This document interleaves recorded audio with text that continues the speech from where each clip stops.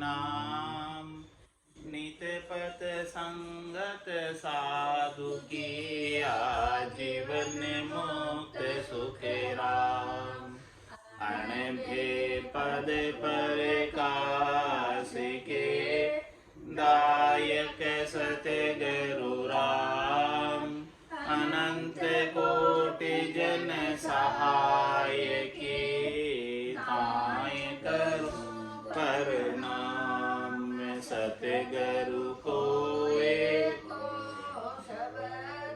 मन कोई लेवे मान। तो सहज होते हैं संत दास मुश्किल आसान। भक्ति भक्त भगवंत गुरु चतुर नाम बपु एक। जिनके पद रज परस धाम। नासत विघ्न अनेक सब धरती कागज करम। सब वन कलम कटाई सात समुद्र शाही करम। सतगुरु गुण लिख्या न जाय। राम राम राम राम राम राम राम। आप सभी के अंदर विराजमान परमात्मा के पावन चरणों में प्रणाम। राम राम। आनंद श्री सद्गुरु सुखराम जी महाराज के अंदर आत्मसार ग्रंथ चल रहा है। महाराज फरमाए जब शून्य समाधि लग जाती, जेता निमक फलक वहाँ रहना। सुध बुध रहे न कोई, कईयो कहा कहन नहीं आवे। ब्रह्म भेव का भाई। जब सुन समाधि में साधक जितने पल वहां रहता है आनंद पद में, उस शरीर की कोई सुध बुध नहीं रहती, इंद्रियों की कोई सुध बुध नहीं रहती। क्योंकि वहाँ का आनंद ऐसा है कि जीव अपना जीव भाव सब कुछ भूल जाता है वहाँ के आनंद में जब जाकर समाता। तो कईयों कहाँ कहने में नहीं आता है किस प्रकार से महाराज फरमाने कि मैं वर्णन करके बताऊं वहाँ का आनंद। ये ब्रह्म का भेव ऐसा है, ब्रह्म का रहस्य ऐसा है, ब्रह्म के आनंद का भान ऐसा है कि वो कहने में नहीं आता। बस जो अनुभव करता है उसे ही ऐसा आनंद प्राप्त। वर्णो वर्ण रूप नहीं कोई, दुख सुख आवे न जावा। त्रिपुटी परे ईशी विधि दर्शे, ज्ञान न गोष्ठ न आवा। महाराज मैं उसका वर्ण कैसे वर्णन करके बताऊं कि वो कौन से रंग का है, कौन से रूप का है, कौन से आकार का है। वो तो रूप देख देखण के माई, दिष्ट मुष्ट में आवे नहीं। राम कागदा ऊपर मंडे नहीं, मुख और जिह्वा पे आवे नहीं। तो वर्णो वर्ण रूप नहीं कोई, उसका कोई आकार नहीं है, रूप नहीं है। दुख सुख आवे न जावा। उस स्थान पर जो पहुंच जाता है साधना करते करते सद्गुरु की कृपा से, तो फिर दुख और सुख दोनों ही जो है समाप्त हो जाते हैं। दुख और सुख से परे हो जाता है। दुख और सुख लखाते नहीं, न दुख दुख रह जाता है और न सुख सुख रह जाता है। सुख दुख दोनों अज्ञानी के, ज्ञानी माने नाई। रामचरण गिरि सिंधु जल जो दिसे दर्पण। तो उस स्थान पर पहुंचने के बाद की स्थिति है कि सुख और दुख समाप्त हो जाते हैं और आवे न जावा।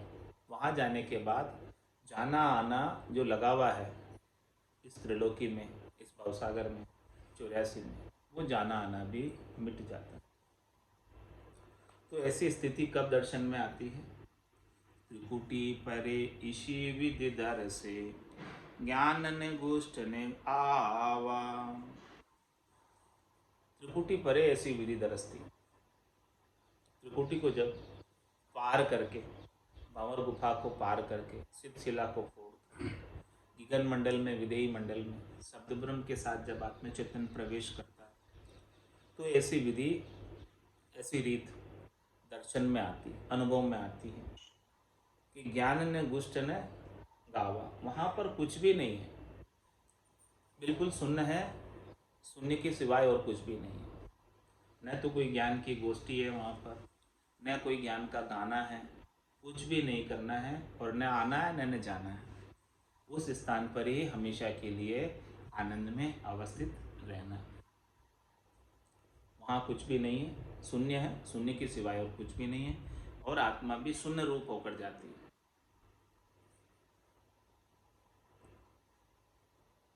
वाणी वेद बात सब उल्ली, कथे बके हद माही। जब जन जाय देश वो देखियो, बिना ध्यान कछु नाही। महाराज फरमा रहे हैं कि जो मुखारबिंद से वचन कहने में आ रहे हैं, वाणी वेद बात सब उल्ली, कहने में कहाँ तक की चीज आएगी, जब तक किनारे पे खड़े। और जैसे ही कोई समुंदर के अंदर डुबकी लगा ले, फिर क्या वो कुछ कह पाए? कुछ नहीं कह पाए। इसी प्रकार से महाराज हमारे कि जहाँ तक कहने की बात आ रही है, वो कहने की बात किनारे तक की बात है। वाणी वेद बात सब उल्ली, जो 52 अक्षरों में मुखारबिंद के द्वारा कहा जा रहा है, वो बात तो उल्ली बात है। वो आनंद ब्रह्म का जो सुन सागर में आता है, सुन समाधि में आता है, वो तो कहने में नहीं आता, वो तो अनिर्वचनीय है, वचनों में कहकर नहीं बताया जा सकता।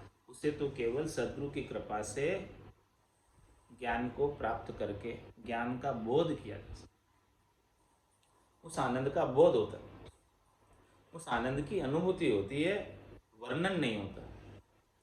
तो जो वर्णन करने में आ रहा है वो महाराज फरमाने सारी उल्ली बातें हैं। सुन सागर में डुबकी लगाने से पहले तक की बात सब वर्णन करने में आती है। तो वाणी वेद बात सब उल्ली, कथे बके हद माही। जो कुछ भी कथा गया है, जो कुछ भी कहा गया है, वो सब हद की बातें कही गई हैं, और ज़्यादा से ज़्यादा कही तो बेहद की बातें कही। लेकिन वो अगम देश की बात जिसकी गम इंद्रियों को नहीं है, तो इंद्रियां उनका कैसे वर्णन कर सकती है? मुख भी तो इंद्रिय है, वाणी भी तो इंद्रिय है, कैसे वो बोलकर बता सकते हैं? जब जन जाए देश वो देखा, बिना ध्यान कछु नाही। इसीलिए महाराज हमारे कि भक्ति करने वाले जन ने उस चौथे लोक को, चौथे देश को, संतों के देश को, रामजनों के देश को जाकर देखा। चरम चक्षुओं से तो नहीं दिखता वो देश, इन नैना नहीं देखिया।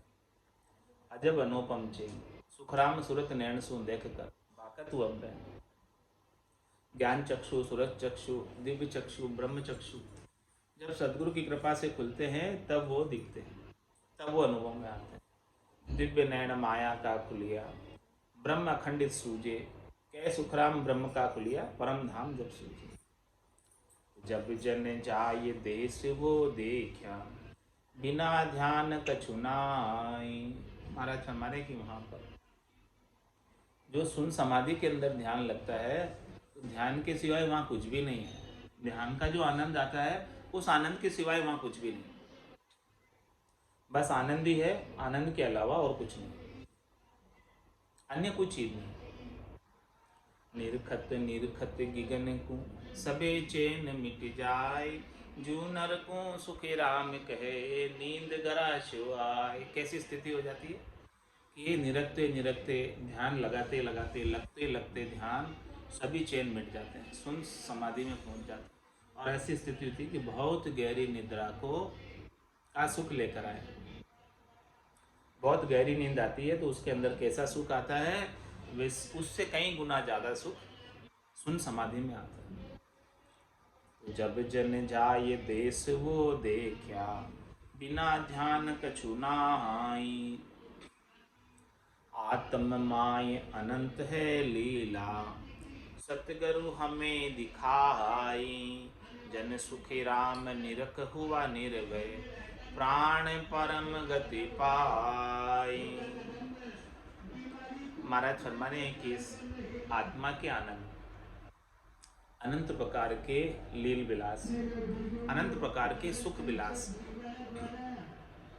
वो सब आत्मा अनुभव करती है भीतर ही भीतर, घट पर्चों के माध्यम से।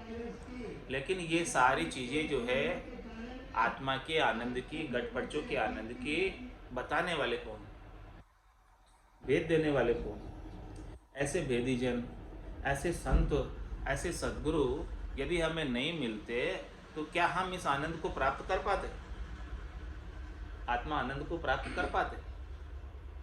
वही बात महाराज कह रहे हैं कि आत्म माय अनंत है लीला, अनंत ही सुख विलास प्रकट हो रहे हैं आत्मा। अनंत का मतलब ऐसा सुख विलास प्रकट हो रहा है जिसका कभी अंत नहीं, जिसका कभी क्षय नहीं आवे, जिसका कभी पार नहीं पावे।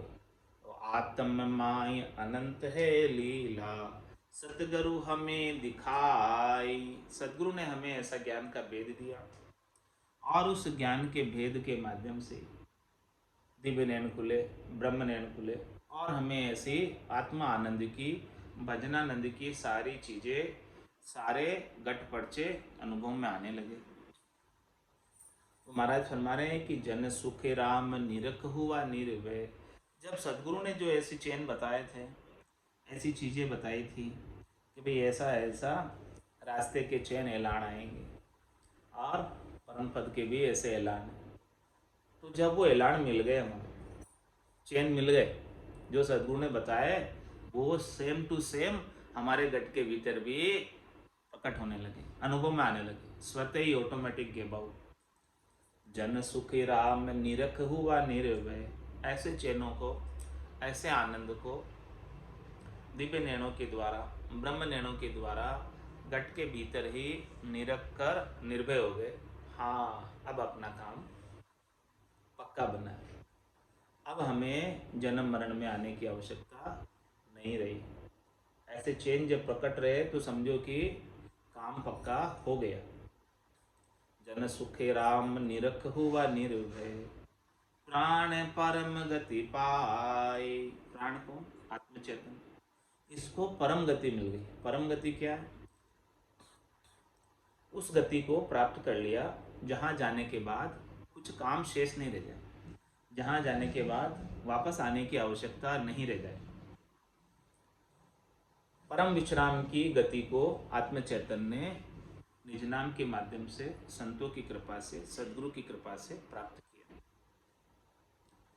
तो ऐसी परम गति को प्राप्त करने के लिए ही परमात्मा ने कृपा करके मिनखा दे अपने को प्रदान किया। देव दुर्लभ मिनखा दे है जो इस आत्मा को परम गति में पहुंचाने के लिए परमात्मा ने दी। आत्म सार ग्रंथ है ऐसो, जे कोई आन विचारे, जन सुखी राम मोख को गेलो, काल कर्म सब मारे। ये ग्रंथ महाराज ने कहा है कि बड़ा अद्भुत है, बड़ा विलक्षण है, बड़ा आनंददायक है। इस ग्रंथ के ऊपर कोई विचार करे कि ये आत्मा, जीवात्मा क्यों आई यहाँ पर, क्या करने आई है और क्या कर रही है। सौदागर चलिया जीव सौदे, भरत खंड में आया, कहीं एक कर गया लाभ कमाई और कहीं एक मूल टका। तो यहाँ पर आत्मा लाभ कमाई करने आई है, परमात्मा पद में मिलने के लिए आई है।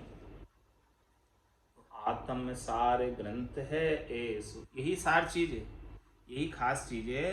यहाँ आकर परम गति को प्राप्त कर ले, परमात्मा पद को प्राप्त कर ले, यही सार की बात है। इस सार की बात पर कोई विचार करे। आत्म सार ग्रंथ है ऐसो, जे कोई आन विचारे। आकर इस ग्रंथ पर विचार करे, आकर यानी सत्संग में आकर इसको श्रवण करे और श्रवण करके और फिर भीतर में इसका विचार करे। जैसे संतों ने, सदगुरु ने, केवली भगवंतों ने ज्ञान बताया है, इस ज्ञान के अनुसार साधना करें और साधना करके जैसे जैसे घट पर्चे बताएं वैसे वैसे घट पर्चों का घट के भीतर अनुभव करें। तो आत्म सार ग्रंथ है ऐसो, जे कोई आन विचारे, जन सुखी राम मोख को गेलो, काल कर्म सब मारे। महाराज हमारे ये मार्ग जो है ना, मोक्ष में जाता है सीधा। ये मोक्ष का मार्ग है, मोक्ष का गेला है, मोक्ष का रास्ता है आत्म सार ग्रंथ पूरा। जो कोई इस पर विचार करेगा, इसके अनुसार साधना करेगा, वो निश्चित रूप से मोक्ष के मार्ग पर चल पड़ेगा और परम मोक्ष को प्राप्त हो जाएगा। और उसका जितना भी कर्म है, संचित क्रियमान प्रारब्ध, वो सब समाप्त हो जाएंगे। और उस देश में जाने के बाद काल का जोर नहीं चलता, समय का जोर नहीं चलता। समय का जोर त्रिलोकी तक चलता है। ये त्रिलोकी में जो कुछ भी निवास कर रहे हैं, सबको समय अपने अनुसार चलाता है। लेकिन चौथे पद में जाने के बाद वहाँ पर समय नहीं है, वहाँ पर काल नहीं है, वहाँ पर आनंद ही आनंद है और हमेशा हमेशा के लिए। उपजे ज्ञान कर्म सब छूटे, भरम विदु से सारा, आत्म माय परम पद पावे, जे कोई करे विचारा। इस आत्म सार ग्रंथ पर कोई विचार करे तो महाराज फरमाने उपजे ज्ञान, ज्ञान उत्पन्न हो जाता है, ज्ञान प्रकट हो जाता है, ज्ञान जागृत हो जाता है।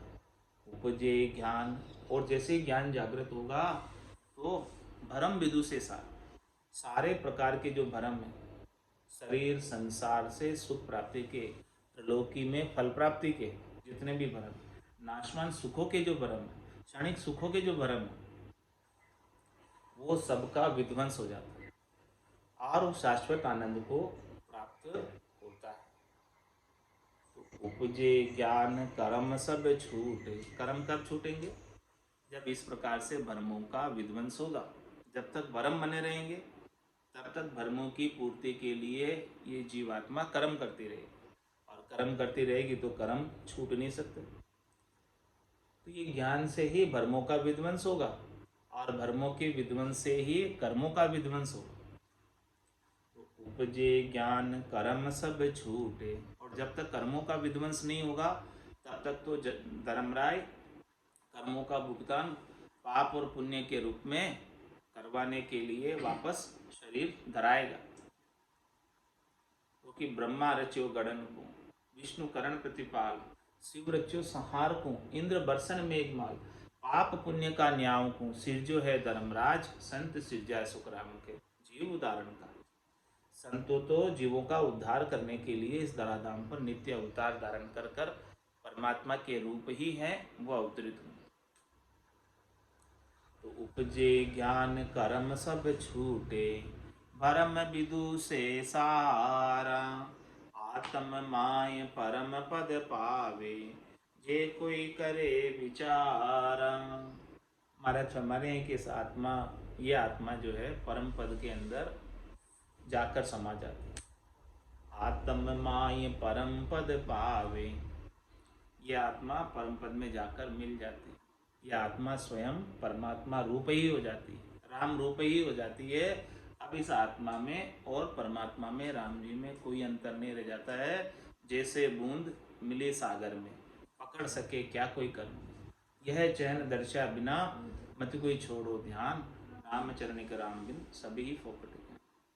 तो आत्म माय परम पद पावे, जे कोई करे विचारा। तो इस पर कोई विचार करे, विचार करके और इसको धारण करे, धारण करके और परम पद को पाले। बाँचे सुने अर्थ जो चीने, चेत चित्त दे माही, जन सुखी राम ब्रह्म के गेले, भूल पड़े को नाही। इस आत्म सार ग्रंथ को बाँचे, पढ़े इस आत्म सार ग्रंथ को। इसमें एक एक शब्द जो लिखा हुआ है, एक एक साख जो लिखी हुई है, बेशकीमती, सब में रहस्य भरा हुआ है, सब में भेद है। बाँचे सुने अर्थ जो चीने, और उस साख का अर्थ चीने। चीनने का क्या तात्पर्य? कि जैसा साख के अंदर बताया है वैसा आपके घट के भीतर अनुभव होना चाहिए, वो चीनना। अर्थ चीनना मतलब जैसा साथ में महाराज कह रहे हैं बात, वो बात आपको प्रैक्टिकल करनी है, वो अर्थ चिन्ह। जब तक प्रैक्टिकल अनुभव में नहीं आएगी तब तक समझो कि इसका अर्थ आपने चिन्हा नहीं। चेन के माध्यम से, गटपर्चों के माध्यम से उस अर्थ को यथार्थ करना है, सिद्ध करना है कि जो बात महाराज कह रहे हैं वो आपके गट के भीतर सिद्ध हो गई। तो बाँचे सुने अर्थ जो चीने और चेत चित्त दे माही। और महाराज फरमा रहे हैं कि चेतन होकर, यानी जागृत होकर, चित्त इसमें लगा ले, चेता इसमें लगा ले। चेता लग जाएगा चेतन होकर, यानी प्रमाद को छोड़कर, आलस्य को छोड़कर, मुर्दारपणे को छोड़कर, कायरता को छोड़कर, चेतन होकर, जागृत होकर यदि आप अपना कल्याण करना चाहते हो, यदि इसी जन्म के अंदर परम पद को प्राप्त करना चाहते हो, तो महाराज कह रहे हैं चेत चित्त दे माई, चेतन होकर चित्त इसमें लगा दे। जब सदगुरु के अनबे के वचन चल रहे हैं तो एकदम चेतन हो जाओ, कान खड़े हो जाने चाहिए। दूसरा और कोई काम नहीं करे उस वक्त। जब सदगुरु के अनबे के वचन चल रहे हैं तो दूसरा अन्य कोई काम नहीं करना, एक जगह बैठकर इन अनबे के वचनों को सुनना, तभी जाकर उन अनबे के वचनों का प्रभाव आपके चित्त पर पड़ेगा। यदि आपकी चित्त की वृत्ति अन्य कामों में लगी हुई है तो जितना प्रभाव होना चाहिए इन शब्दों का उतना नहीं होगा, 50% ही होगा। लेकिन काम 50% से नहीं बनेगा। काम तो जब 100% चित्त चेतन होकर ये अनबे के वचनों को सुनने में लग जाएगा तभी काम बनेगा। बाँचे सुने अर्थ जो चीने, चेत चित्त दे माही। जन सुखी राम ब्रह्म के घेले, भूल पड़े को नाई।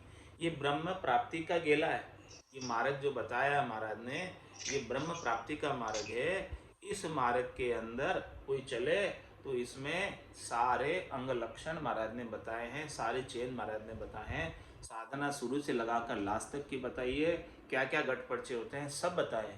तो वो सब चीज़ मिलती जाएगी, मिलान होता जाएगा, तो निश्चित रूप से परम पद में पहुंच जाओगे। उसमें कोई भूल नहीं पड़ेगी, उसमें कोई त्रुटि नहीं होगी, गलती नहीं होगी, कसर नहीं रहेगी। सारी कसर कोर निकल जाएगी जब इस प्रकार से चेता लगाकर इस आत्म सार ग्रंथ की एक एक साख को सुन लो। बाँचे सुने अर्थ जो चीने, चेत चित दे माई। जन सुखी राम ब्रह्म के गेले, भूल पड़े को नाई। सारी बात देख हम भाकी, जेती मोय लखाई। जन सुखी राम वार नहीं पारा, ब्रह्म भेद को भाई।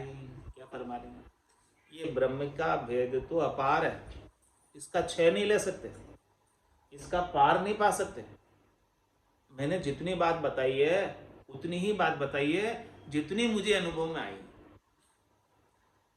बाकी इसके लील विलास तो अनंत है, इसके सुख विलास तो अनंत है, इसका आनंद तो अनंत है, अपार है। सारी बात देख हम भाकी। जितनी भी साखें मैंने कही है, जितनी भी बात मैंने बताई है भी आपको गटपर्चों की, वो मैंने मेरे दिव्य नैनों से और ब्रह्म नैनों से जितनी मुझे अनुभव में आई है उतनी ही बात मैंने आपको बताई है। बाकी वो आनंद तो जितनी बात मैं बता रहा हूँ उससे भी कई गुना ज़्यादा है, उससे भी कई गुना विलक्षण है। नहीं बता सकता है सारी बात तो मैं, लेकिन जितनी मुझे अनुभव में आई है उतनी मैं आपको बता दे रहा हूँ। सारी बात देख हम भागी, जेती मोय लखाई। जन सुखी राम भार नहीं पारा, ब्रह्म भेद को भाई। आत्म सार ग्रंथ जो बाँचे, अर्थ करे जो न्यारा। जन सुखी राम गुरु सो मेरा, मैं हूँ शिष्य तुम्हारा। और महाराज क्या फरमा रहे हैं? इस आत्म सार ग्रंथ को कोई बाँचे और अर्थ करे जो न्यारा। अर्थ करने का मतलब उसका प्रैक्टिकल गट के भीतर अनुभव करे, अपने स्वयं के गट के भीतर अनुभव करे। आत्म सार ग्रंथ जो बाछे, अर्थ करे जो न्यारा, जन सुख राम गुरु सो मेरा, मैं हूँ शिष्य तुम्हारा। महाराज फरमा रहे हैं कि वो हमारे ही गुरुपद देश का वासी हो जाएगा, जिसने इस आत्मसार ग्रंथ के अंदर जो जो भी बातें बताई है उसका अर्थ छीन लिया, अपने गट के भीतर प्रैक्टिकल रूप में अनुभव कर लिया, तो वो निश्चित रूप से हमारे गुरुपद देश का वासी हो जाएगा।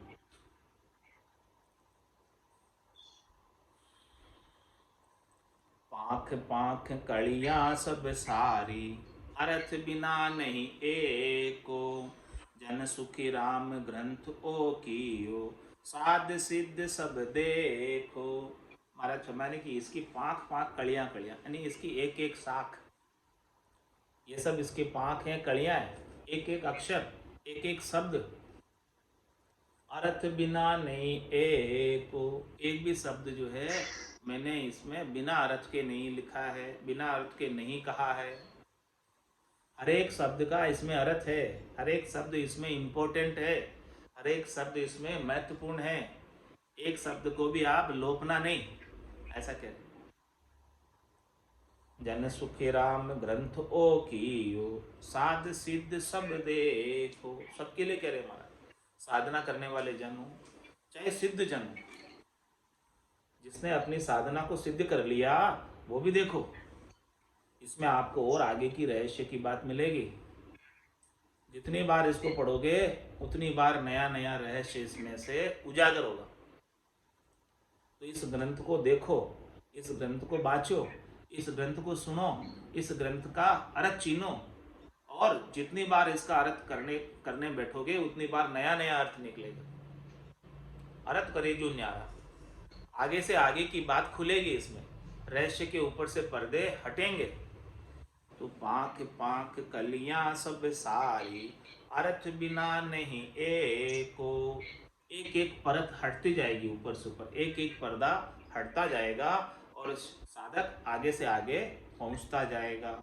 जन सुखी राम ग्रंथ ओ कियो, साध सिद्ध सब देखो। सबको देखने के लिए महाराज कह रहे हैं कि ये ग्रंथ सबके लिए उपयोगी है, साधना करने वालों के लिए उपयोगी है, सिद्ध जनों के लिए भी उपयोगी है, और नर नारियों के लिए, सबके लिए उपयोगी है। जो कोई भी इसका पढ़ेगा, सुनेगा, समझेगा, उसको निश्चित रूप से आनंद प्राप्त होगा। मनुष्य जन्म अनमोल रे, मिट्टी में ना रोल रे। मनुष्य जन्म अनमोल रे, मिट्टी में ना रोल रे। अब तो मिला है फिर न मिलेगा, कभी नहीं कभी नहीं कभी नहीं रे। अब तो मिला है फिर न मिलेगा, कभी नहीं कभी नहीं कभी नहीं रे। तू सत्संग में जाया कर, गीत प्रभु के गाया कर। तू सत्संग में जाया कर, गीत प्रभु के गाया कर। शाम सवेरे बैठ के बंदे उसका ध्यान लगाया कर। शाम सवेरे बैठ के बंदे उसका ध्यान लगाया कर। नहीं लगता कछु मोल रे, मिट्टी में ना रोल रे। नहीं लगता कछु मोल रे, मिट्टी में ना रोल रे।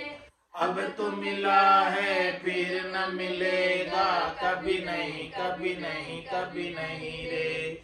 अब तो मिला है फिर न मिलेगा, कभी नहीं कभी नहीं कभी नहीं रे। तू है बुलबुला पानी का, मत कर जोर जवानी का। तू है बुलबुला पानी का, मत कर जोर जवानी का। नेक कमाई कर ले बंदे, पता नहीं जिंदगानी का। नेक कमाई कर ले बंदे, पता नहीं जिंदगानी का। सबसे मीठा बोल रे, मीठी में ना रोल रे।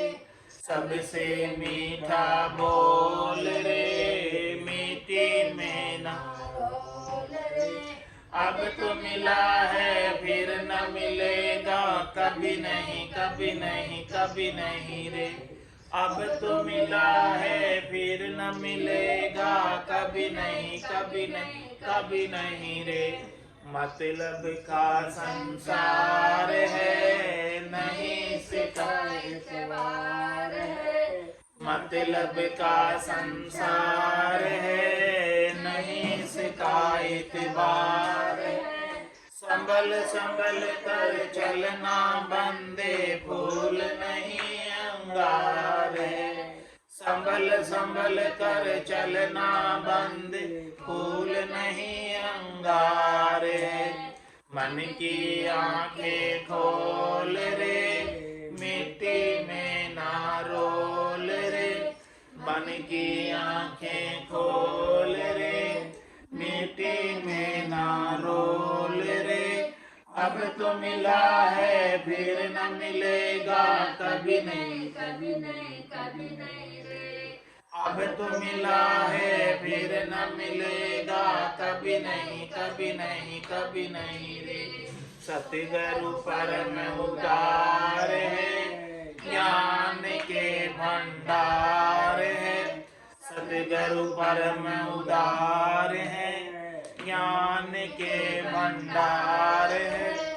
जो कोई उनकी शरण में जावे, उसका बेड़ा पार है। जो कोई उनकी शरण में जावे, उसका बेड़ा पार है। ज्ञान ही अनमोल रे, मिट्टी में ना रोल रे। ज्ञान ही अनमोल रे, मिट्टी में ना रोल रे। अब तो मिला है फिर न मिलेगा, कभी नहीं कभी नहीं कभी नहीं रे। अब तो मिला है फिर न मिलेगा, कभी नहीं कभी नहीं कभी नहीं रे। बोलो राम सद्गुरु देव जी महाराज ने धन्य हो धन्य हो। परम दयाल सद्गुरु सुखराम जी महाराज ने धन्य हो धन्य हो। अनंत श्री सद्गुरु सुखराम जी महाराज के ज्ञान स्वरूप भगवान ने धन्य हो धन्य हो। केवली भगवंता ने धन्य हो धन्य हो। जीवा तारण जहाज ने धन्य हो धन्य हो।